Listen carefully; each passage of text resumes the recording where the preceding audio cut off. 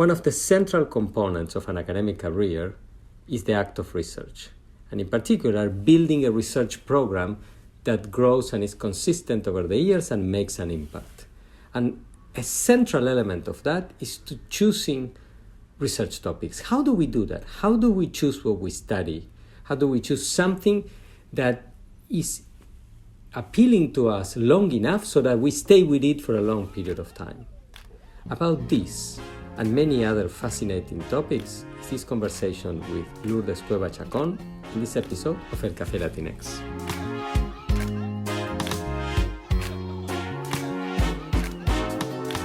What is the experience of being a Latinx or Latin American scholar in the field of communication and media studies? What are the main challenges and opportunities that come with our identities? These are the issues that we'll talk about in El Café Latinx, where some of the leading voices in the field will share their professional experiences. Hola, my name is Pablo Boczkowski. I teach at Northwestern University, where I hold the Hamid bin Khalif Al Thani Chair in Communication. Together with Mora Matassi, doctoral student at Northwestern and executive producer of this podcast, we invite you to discover the journeys of scholars who are at the cutting edge of creating knowledge about Latinx or Latin American communities across the Americas. These are our stories. Esas son nuestras historias. Estas son nuestras historias.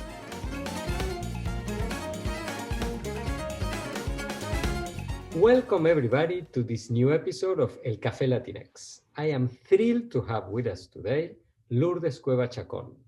Lourdes is assistant professor in the School of Journalism and Media Studies at San Diego State University. Before starting there in August of last year, in the middle of the worst public health crisis in a century, she was at the School of Journalism at the University of Texas at Austin and at the University of Texas El Paso. And before that, she had a very interesting professional career. She received her PhD at the University of Texas, Austin in August of 2020. So less than a year ago.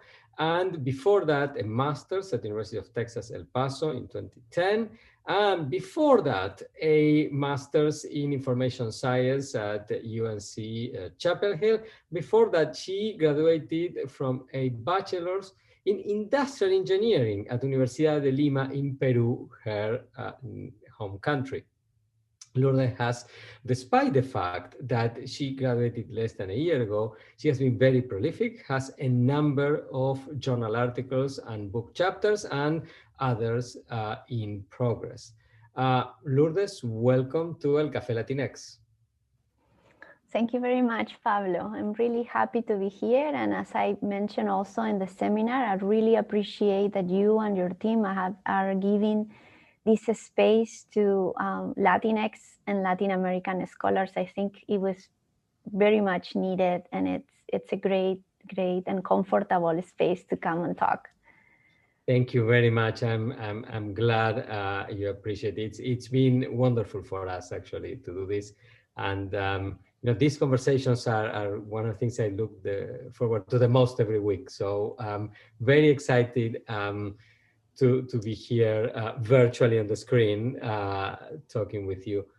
So Lourdes, how did it all begin? That is, how was the start of the journey that led you to become a professor? I was joking a little bit earlier that I have a short answer to that, or I have a very long answer to that. Any answer that you wish to share? Yes. So I guess when I was in high school in Peru, I was interested in social sciences, but at the time it was not something well seen. It was not appreciated, as much as the traditional careers. I'm a first generation, and my parents did, a huge effort paying for my education, and I chose something that was, safer at the time, and so I did this career in industrial engineering in a university that wasn't really focus on, you know, working in actual industries or fabrics, but it was more oriented to the analysis and design of production processes. So that was actually a good thing. Then I moved into system analysis. And when the web started developing and becoming more and more prevalent, I decided that I had to come to the US to learn more about that. And that's how I ended up in Chapel Hill doing information science. And once I graduated from there, I started developing websites and working for startups. And that led me to meet people in El Paso, where I design, prototyped and design and work with developers to bring to life borderscene.com, which is a project at the University of Texas at El Paso that it's a professionally edited and bilingual, bicultural outlet, not only for students, but for professionals in general. And so working with Zita Arocha there, I kind of reconnected with, you know, my social sciences interest and journalism. And given that I had the skills, the technical skills that were so much needed at the time, I was able to start, you know, working with them. And Sita and David Smith Soto were my mentors and my trainers in journalism. And that's when I joined the Masters in Communication also, and started teaching at UT El Paso and working in projects on the border. And while I was doing that, I realized, you know, and then it was now that I, at the time I had been in the US for a longer time, I realized how, you know, not only minority communities, especially the Latinx community, were not being covered accurately or not covered at all. But I also noticed that my students, you know, there were 70% of my students were Hispanic or Latinx, didn't have the same opportunities as their white peers. And so that was, you know, that caught my attention in terms of research. And my original intention was to learn more about diversity in newsrooms and how we could, from the inside, from the universities, push for that change. And so that led me to apply for a PhD program, and I was accepted at UT Austin. And that's how it started. And then I haven't stopped since I'm now at San Diego State. All right, what a great trajectory. So you went from Lima to Chapel Hill to El Paso, and Yes. in the process you transitioned from systems design to news and information. Yes. And from practice to teaching. Wow. Yes. So how was your experience as a graduate student at UT Austin? I mean, you, based on the stories and the history that you share, you were perhaps, am I right in guessing that you were slightly older and more advanced professionally than many of your peers? How was that experience for you? Yes, you can say that I'm a non-traditional student and a PhD student also. I think I was lucky because I found classmates that share my, maybe not my research interest exactly, but that share maybe my culture and my motivations for doing research. And then I also found mentors that, you know, supported me all the way. And I have to say most of them were women. And then so I have a big depth to a lot of women that were part of my life as a graduate student. it's difficult being a non-traditional student. I'm not only older, I'm also a mother. And so balancing all those aspects, it's a little bit difficult sometimes. I can tell you, for instance, that the first paper that I had to send to AEJ, which was also a course requirement as part of the program, I nursed my son, and he fell asleep in my lap at 11 at night, and then I put him to bed, and I was able to do the last minute changes to the paper before sending it, and the deadline was 11:59 p.m., right? And so those are the kind of things that I had to balance. And so what I think I did early on to help me, and it was just accept that my life experience was going to be different, right? You mentioned at the entry that I'm prolific, and I don't think that I'm that prolific if you compare me with my classmates. But then it's something that and it's also the competitiveness in the program, at least in my program. And so early on, I had to accept that my standards were going to be different, but that didn't mean that they were worse or lower in terms of quality or content or things like that. It was just going to be different. My pace was going to be different, and it wasn't something that I accepted right away. And it was a constant struggle sometimes. But that helped me. And then again, with the support of classmates and mentors, I think I was able to successfully graduate from the program. And I'm now in a school that I also feel I have the support of the faculty, and I'm in a place where I feel that I can contribute, not only in terms of research, but also in terms of training, because San Diego is a Hispanic serving institution.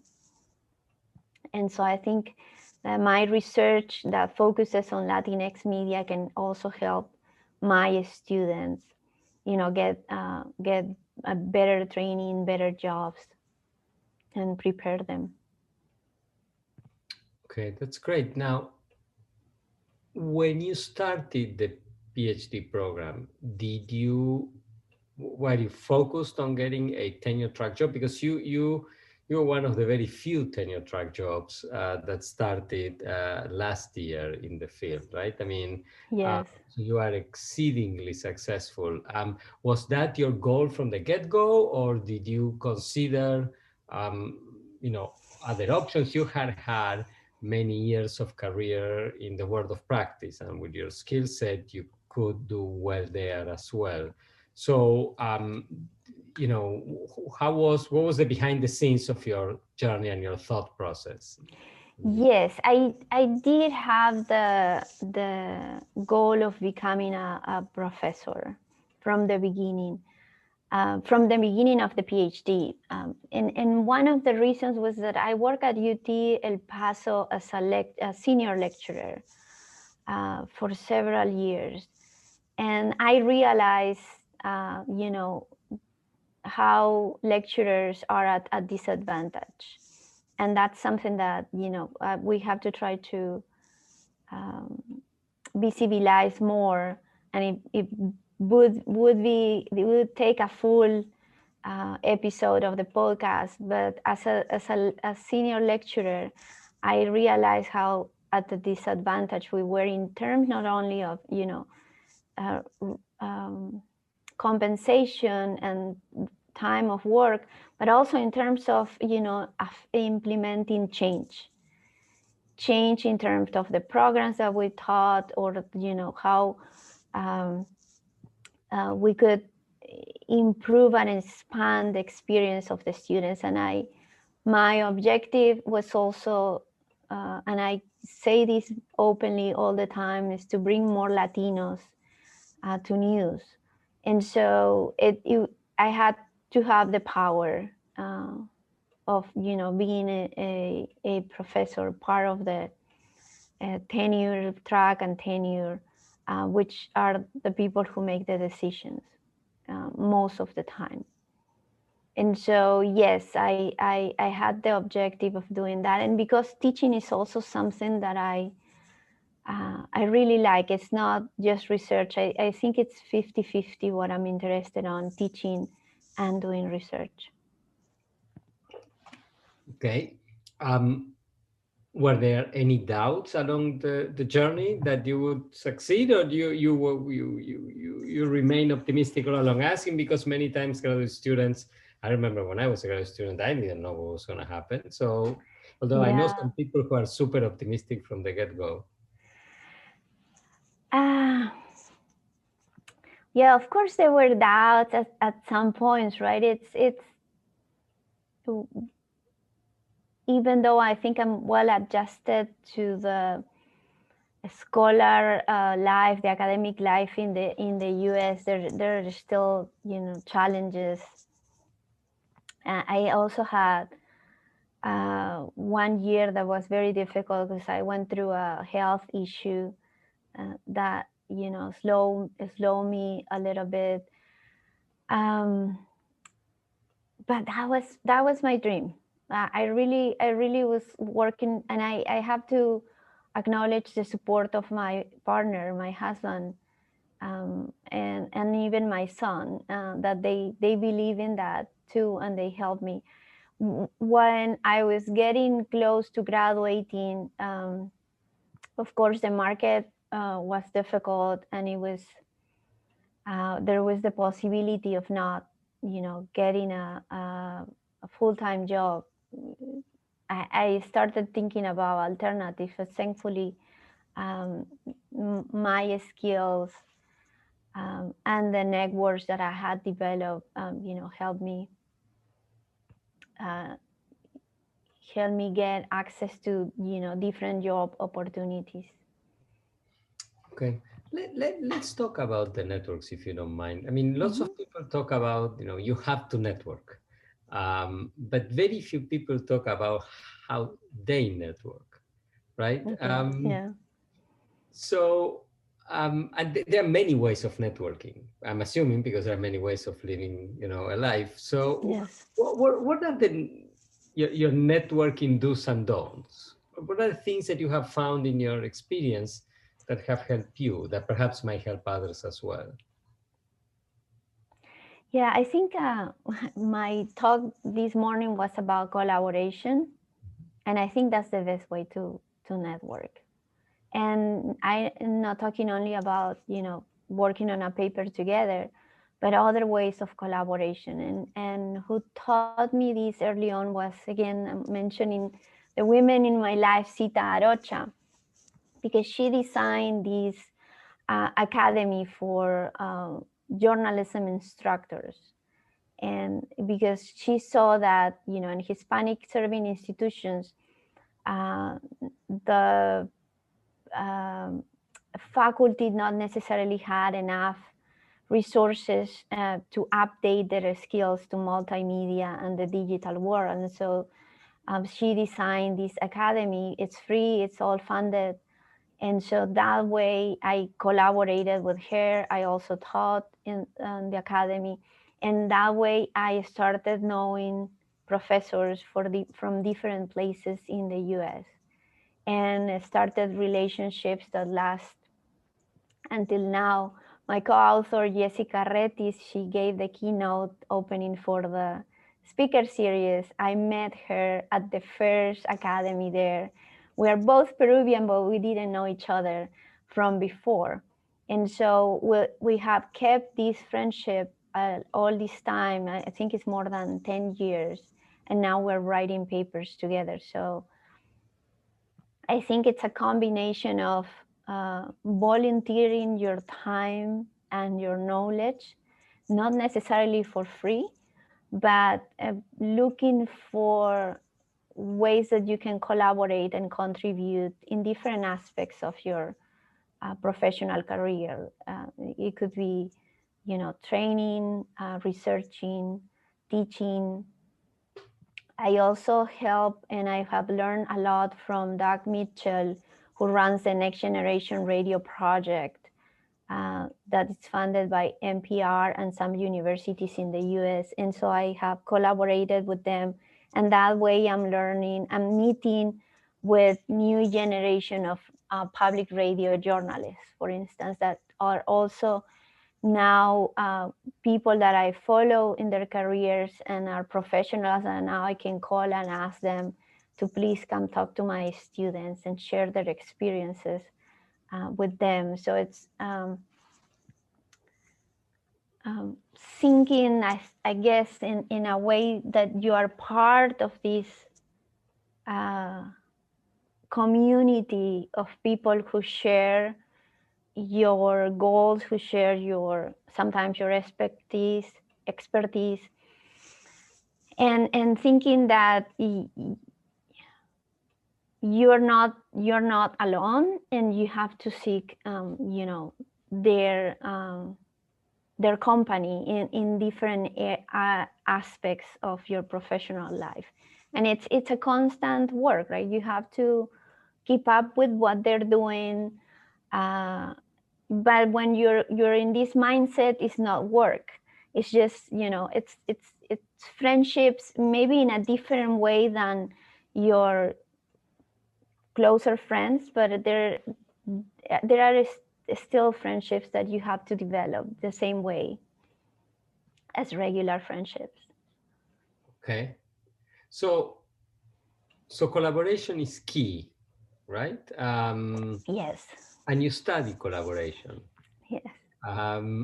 So how do you pick your topics? How do you decide what to study? Well, again, it's things that probably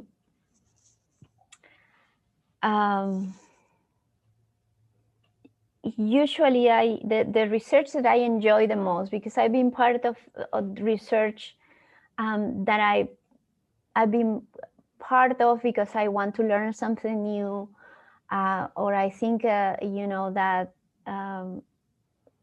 it's going to get me closer, or it's going to be a stepping stone to another topic that I want to research. But usually the research that I enjoy the most and I seek is the one that really hits me in the guts. It's the things that are really upset me or give me joy. And so when I started this, like I mentioned, it was why my students that are so good and sort of devoted to their communities are not valued just because they are Hispanic or Latinx. And so you have to change that. So we have to do research about that. Why immigrants are depicted not accurately in the press? What's going on? What do journalists require to learn? What is it that we have to ask them to pay more attention to, so the reports about the border immigration or the border communities is more accurately?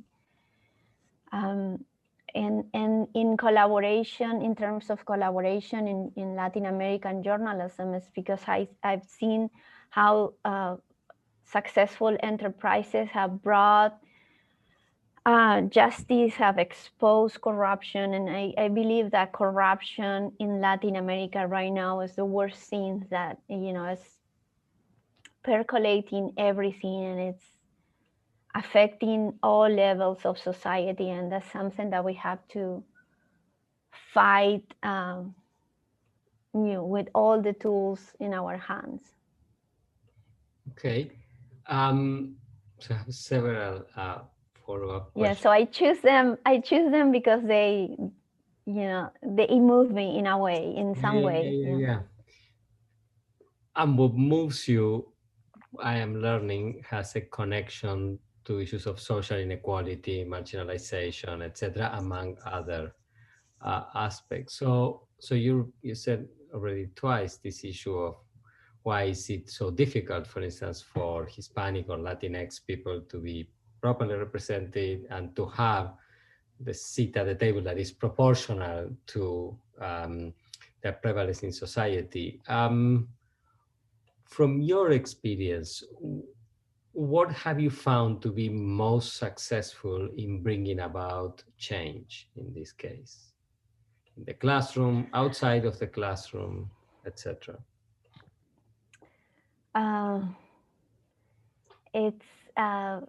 It's difficult because if we pay attention to what's going on right now, there's not much change. We thought that last summer protest, because of racial issues, was going to bring change, and then we go back to about the same thing. But I think that giving access and opening minds to other ways to look at the world, and not discarding people or saying that they cannot cover their communities because they are the same color, they're not going to be objective, is something that is damaging newsrooms. We never say that white reporters cannot cover white communities. It's what they do all the time, right? And so we have to acknowledge that. And understanding that life experiences don't make people biased, but they help, those experiences help them connect with their communities. For my dissertation, I did research about something that happened in Austin, and it's related to segregation in the city that continues until now. And one of the problems that I found, and it was mostly among white journalists, was that they didn't see as a problem to continue the status quo. They didn't, even though they were sensitive to racial and ethnic issues, they didn't find ways to challenge that, because they thought that just reproducing in the stories the status quo was enough. That was the job of the journalist, and it was not their job to challenge that. But when I talked to Latino, Latina, and Black journalists, their life's experiences show me that they look for explanations. They look for getting in contact with leaders in the community to understand history, to pay attention to what was the process that had make things getting into how they look at the time. And so through that process, they were challenging the status quo. And so if you understand and open your newsroom to people like that and don't label them as biased just from the beginning, I think that's what can bring more change in newsrooms, at least. Okay, that's very interesting. Could the same apply to, the scholarly world? For instance, I'm thinking, conferences and the so-called conference circuit, right? Which is a vital part for networking, for exchange of ideas, for access to opportunities. Do you see similar dynamics applying there? What has been your experience as a Latina and Latin American woman navigating AEJMC or other large professional conferences? Yes, I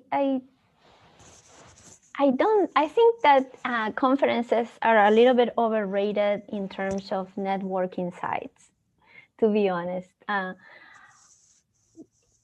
I ended up hanging out with my friends, right? And yes, I met with other people, and you get to listen to their, to the research, and that's very important. I actually go to conferences because of that, because you get to, know the researchers. And when you present your research, is not the same as reading it, just reading it, because in the conversations, in the Q&A, you learn more. But those opportunities to get close to other people are not as it's not easy to develop networks that way. And it's even more difficult if you cannot even attend the conference, right? And I was answering a survey from a large conference that just sent a survey a few days back, and I was looking at the places where they have held the conference, and there's no country from the global south. And so that's one of the things that we have to do, is this decentralize the places where we believe that knowledge or good knowledge is being created. Good knowledge, quality knowledge is being created everywhere. It's just that sometimes English, I think the English language closes us, to other forms of other forms of looking at, knowledge. Okay. So if you were granted a wish, you had magical powers, right? And were granted one wish about how you'd like the field of communication and media studies to change, what would you wish for? Well, I think decentering, the idea of, where what I just said, where good knowledge is produced. I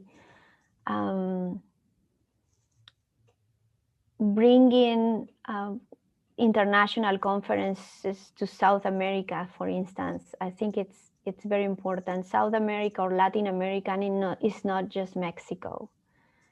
With all due respect, because a lot of great things are coming out from Mexico.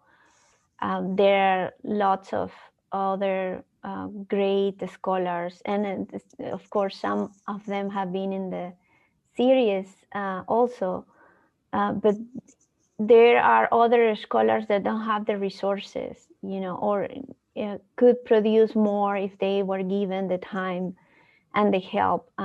But just bringing a conference to a country in Latin America will make a great difference. I mean, some of these countries have held Olympics.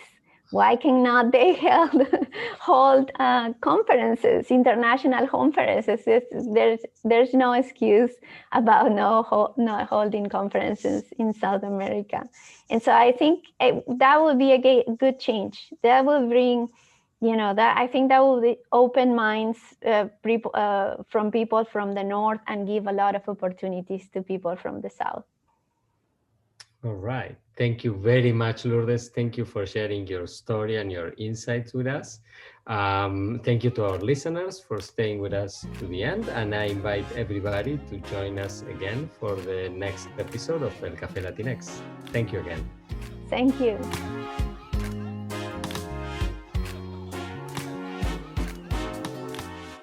El Café Latinx is a production of the Center for Latinx Digital Media in the Department of Communication Studies at Northwestern University. I am Pablo Boczkowski, your host, and I'm joined by executive producer Mora Matassi.